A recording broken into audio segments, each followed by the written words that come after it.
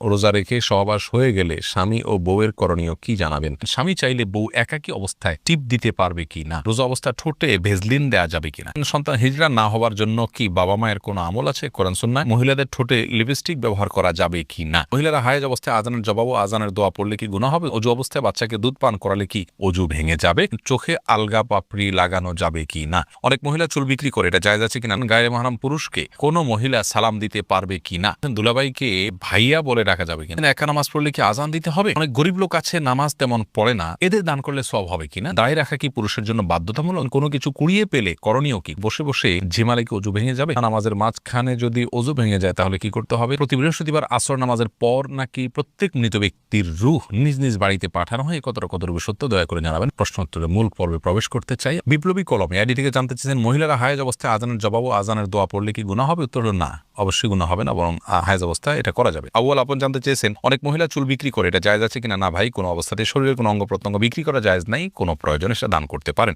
Ali ID থেকে জানতে চেয়েছেন, স্বামী চাইলে বউ একাকী অবস্থায় টিপ দিতে পারবে কি না? পারবে, কোনো অসুবিধা নেই। মিফতাহুল জান্নাত কৃপা আপনি জানতে চেয়েছেন, দুলাভাইকে ভাইয়া বলে ডাকা যাবে কিনা? বলা যাবে, কোনো অসুবিধা নেই, কিন্তু অতিরিক্ত মধুরতা ডাকের ভিতরে থাকা ফিতনার কারণ যেন না হয় সে বিষয়টি মাথায় রাখতে হবে। মিফতাহুল জান্নাত কৃপা অন্ধকারে নামাজ পড়া যাবে কি নিষেধ? অন্ধকারে নামাজ পড়া নিষেধ নয়, তবে এত বেশি অন্ধকার যদি হয় যে সিজদার উপর জায়গা দেখা না যায় তাহলে মাকরুহ বলেছেন অনেক ওলামা একরাম, তবে হারাম হবে না এবং নামাজ হয়ে যাবে। খানম স্বপ্না নামাজের মাঝখানে যদি অজু ভেঙে যায় তাহলে কি করতে হবে? অজু করে এসে যে জায়গা থেকে ভেঙেছেন সেখান থেকে কন্টিনিউ করবেন, যদি মাঝখানে কথা না বলে থাকেন, অন্য কোনো কাজ করে না থাকে। তাসফির আহমেদ রাব্বি জানতেছেন, একা নামাজ পড়লে কি আজান দিতে হবে? একা নামাজ পড়লে আজান দিতে হবে না, তবে একামত দিয়ে জামাতের উদ্দেশ্যে যে আর কেউ যদি যুক্ত হয় তাহলে যুক্ত হতে পারে, এটার জন্য বলে দেওয়া এভাবে করা উত্তম। রাহিম জানতে চেয়েছেন, দায় রাখা কি পুরুষের জন্য বাধ্যতামূলক? জি ভাই, অবশ্যই বাধ্যতামূলক, ওয়াজিব। নবী সাল্লাল্লাহু আলাইহি ওয়াসাল্লামের নির্দেশ আফুল্লোহা আর খুল্লোহা, তিনি দায়কে ছেড়ে দিতে বলেছেন। অতএব যে বিষয়ে নবী সাল্লাল্লাহু আলাইহি ওয়াসাল্লামের নির্দেশ রয়েছে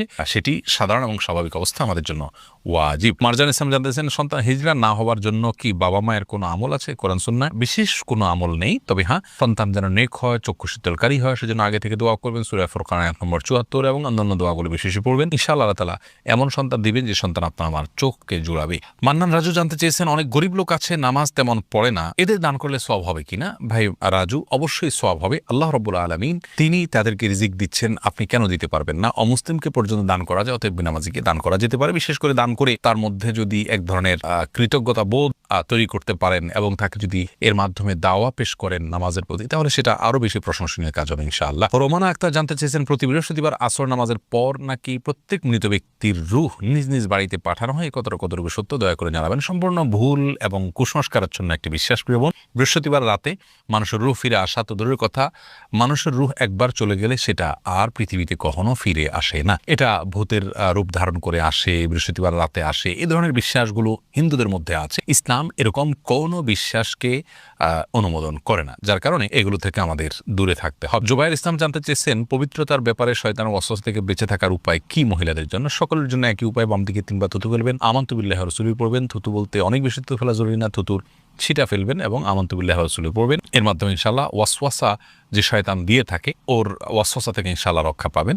তাছাড়া সুন্নাহ প্রতিপালন করবেন, 3 বার ধোয়া দরকার, অজুতে 3 বার ধোবেন, গোসলের জন্য যেটুকু দরকার সেটুকু করবেন। এরপরে আর কোনো অঙ্গ শুকনা থাকলো কি থাকলো না সেটার জন্য আপনার কোনো চিন্তা করার প্রয়োজন নেই। সিদ্দিকুল্লাহ আপনি জানতে চেয়েছেন, আমি যদি পেশাব করি তখন পেশাব ক্লিয়ার করার পরেও আমার পেশাব 1 বা 2 ফোঁটা পড়ে যায়, সেক্ষেত্রে আমার অজু এবং নামাজে বেশি সমস্যা হচ্ছে বেশ কিছুদিন ধরে, এ থেকে পরিত্রাণের উপায় বললে আমি খুবই উপকৃত হতাম।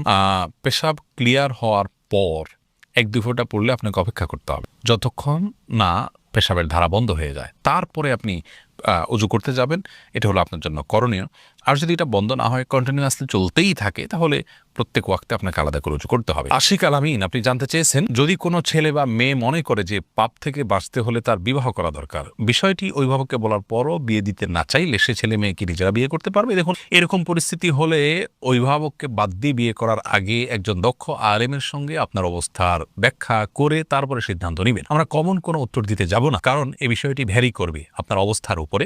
বিশেষ করে আপনি একটা রিলেশনে জড়িয়ে যাবেন, এরপরে বলবেন আমি টিকে থাকতে পারছি না, তাহলে আপনি নিজেই তো নিজের কবর রচনা করেছেন, এরপরে বলবেন যে আমি বেঁচে থাকতে পারছি না, তাহলে সেটার দায়ভার আপনাকে বহন করতে হবে। এই অজুহাতে অভিভাবকদের অবাধ্য হওয়া জায়েজ হবে না। নাদিয়া নওশিন জানতে চেয়েছেন, অজু অবস্থায় বাচ্চাকে দুধ পান করালে কি অজু ভেঙে যাবে? দুধ পান করলে অজু ভাঙবে না বোন। শামীম রেজা জানতে চেয়েছেন, গায়রে মাহরাম পুরুষকে কোনো মহিলা সালাম দিতে পারবে কি না? গায়রে মাহরাম পুরুষ যদি হয় তাহলে সেক্ষেত্রে তাকে মহিলা সালাম দিতে পারবে বলে বিন বাজ রাহিমাহুল্লাহ ফতোয়া দিয়েছেন। সৌদি আরবের সাবেক গ্র্যান্ড মুফতি, এবং তিনি দলিল হিসেবে পেশ করেছেন আল্লাহ রাব্বুল আলামিন কোরআনে বলেছেন, ওয়াকুল্না কাওলাম মারুফা, স্বাভাবিক কথা মেয়েরা বলতে পারবে, আর সালাম এটা স্বাভাবিক কথার অন্তর্ভুক্ত, অতএব সালাম দিতে পারবে। যদি সালামের ভিতরে কোনো লৌকিকতা না থাকে, সালাম দেওয়ার সময় কোনো মাধুর্য সৃষ্টি করা না হয়, ফিতনার কোনো আশঙ্কা না থাকে, ইনশাআল্লাহ স্বাভাবিকভাবে সালাম দিতে পারবে। তবে বর্তমানে যে ফিতনার ছড়াছড়ি চলছে, এই পরিস্থিতিতে যদি সেটাও অ্যাভয়েড করা যায় সেটা নিরাপদ আমরা মনে করি। রোমানা তানহা আপনি জানতে চেয়েছেন, বসে বসে ঝিমালে কি অজু ভেঙে যাবে?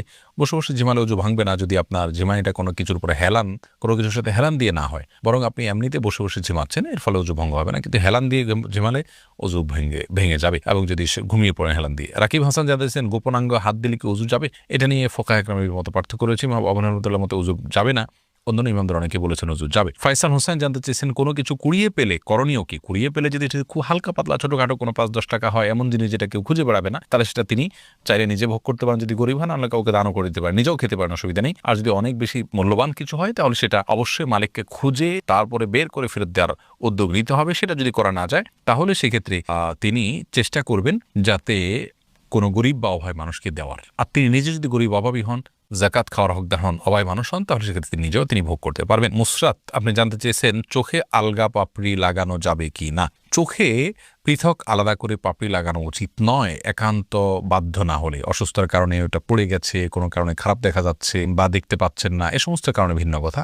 অতিরিক্ত পাপড়ি লাগানো এটা আল্লাহ সৃষ্টিতে পরিবর্তন করা এবং এক ধরনের প্রতারণা। সব মিলিয়ে এই বিষয়টি জায়েজ না, যদি শুধুমাত্র সৌন্দর্য বৃদ্ধির জন্য আপনি করে থাকেন। সাগরিকা ইয়াসমিন আপনি অ্যাডি থেকে জানতে চাচ্ছেন, রোজা অবস্থা ঠোঁটে ভেজলিন দেওয়া যাবে কিনা? যদি ঠোঁট ফেটে আপনার জন্য কষ্টের কারণ হয় তাহলে দিতে পারেন, তবে খুব বেশি দিবেন না যে থুতুর সাথে এটা পেটে যায়। হালকা শুধুমাত্র প্রলেপ দিতে পারেন যদি ঠোঁট ফেটে যায় বা কষ্ট হয় সেক্ষেত্রে। আর যেহেতু এটা পেটে যেতে পারে এই আশঙ্কা আছে, সেজন্য একান্ত প্রয়োজন না হলে না দেয়াই উচিত এবং উত্তম। রোজা রেখে সহবাস হয়ে গেলে স্বামী ও বউয়ের করণীয় কি জানাবেন? আল্লাহ মাফ করুন, এরকম যদি হয় তাহলে সেক্ষেত্রে উভয়কে যে রোজা ভেঙেছেন তার জন্য একটা রোজা রাখতে হবে, আরও কাফারা স্বরূপ 60টা রোজা টানা রাখতে হবে নির্বিচ্ছিন্নভাবে। মাঝখানে কোনো প্রকার বিচ্ছিন্নতা হয়ে গেলে আবার শুরু থেকে রাখা শুরু করতে হবে। আর যদি সেরকম তৌফিক তাদের না হয় তাহলে 60 জন মিসকিনকে তারা খাবার খাওয়াতে হবে, অর্থাৎ এক একজনের 60 জন করে, দুজনে 120 জন মিসকিনকে খাদ্য দিতে হবে যদি কখনো রোজা ভাঙা হয়ে যায় সবাসের মাধ্যমে। আল্লাহ তাআলা মাফ করুন। আশিক রনি আপনি জানতে চেয়েছেন, মহিলাদের ঠোঁটে লিপস্টিক ব্যবহার করা যাবে কি না? দেখুন, মহিলাদের ঠোঁটে যদি লিপস্টিক ব্যবহার করা হয় এবং সেটা সৌন্দর্যের জন্য করা হয়, নিজের স্বামী শুধুমাত্র দেখেন, বাহিরে প্রদর্শিত না হয়, তাহলে সেক্ষেত্রে অসুবিধা নেই। কিন্তু যদি এমন হয় যে সেটা অন্যদের মধ্যে প্রদর্শন করা হয় এবং অন্যরা দেখে, তাহলে সেক্ষেত্রে সেটি নিষিদ্ধের আওতায় পড়বে। নবিতা এই আইডি থেকে আপনি জানতে চেয়েছেন, শাড়ি পরে নামাজ হবে না, কথাটা কতটুকু সত্য? না ভাই, শাড়ি পরলে নামাজ হবে না একথা সঠিক নয়। নামাজের সাথে কোন পোশাক পরে আপনি সালাত আদায় করছেন তার সম্পর্ক নয়, আপনি সালাত আদায় করার সময় সতর ঢাকছেন কিনা এটা হলো মূল বিষয়। এক সময় আমরা ছোটবেলা দেখতাম যে মা চাচিরা সাদা কাপড় পরে সালাত আদায় করতেন এবং এটাকে নামাজের কাপড় বলে মানুষ আলাদা নাম দিত। সে সমস্ত কাপড় সুতির থাকতো, অনেক পাতলা থাকতো, হাতের গোছাইতে দেখা যেত। এরকম যদি হয় তাহলে সেক্ষেত্রে সেটা নিয়ে নামাজের প্রশ্ন তোলা যেতে পারে। আর শুধু শাড়ি পরলে গলা, কাঁধ ইত্যাদি যে জায়গাগুলো ঢাকা উচিত নামাজের মধ্যে সেগুলো ঢাকা যায় না, হাতের গোছা ইত্যাদি দেখা যায়। তো এই কারণে শুধু শাড়ি পরে নামাজ পড়লে নামাজ হওয়াটা কঠিন। যদি কেউ সিপটিপিন দিয়ে আটকিয়ে তার যা কোনো অঙ্গ প্রত্যঙ্গ দেখা যাবে না, সতর ঢাকার যে মুখমণ্ডল এবং 2 হাতের কবজি ছাড়া পুরো শরীর যে ঢাকতে হয় সেটা যদি তিনি ঢাকতে পারেন, মাথার চুল দেখা যাবে না, কপাল এর চুলের অংশ দেখা যাবে না, কোনো কিছু, এটা যদি তিনি নিশ্চিত করতে পারেন, কান ইত্যাদি দেখা যাবে না, তাহলে সেক্ষেত্রে অবশ্যই তার জন্য জায়েজ হবে। কিন্তু এটা কঠিন, এই জন্য শাড়ি পরলে তার উপর দিয়ে আরেকটা বড় ওড়না দিয়ে ঢেকে তারপর সালাত আদায় করাই হলো নিরাপদ। মাহমুদ আবদুল্লাহ আপনি জানতে চাচ্ছেন, হোটেল বয়কে টিপস দেওয়া ঠিক কিনা? ডক্টর খন্দকার আব্দুল্লাহ জাহাঙ্গীর রহমাহুল্লাহ এটাকে নিষিদ্ধ বলেছেন।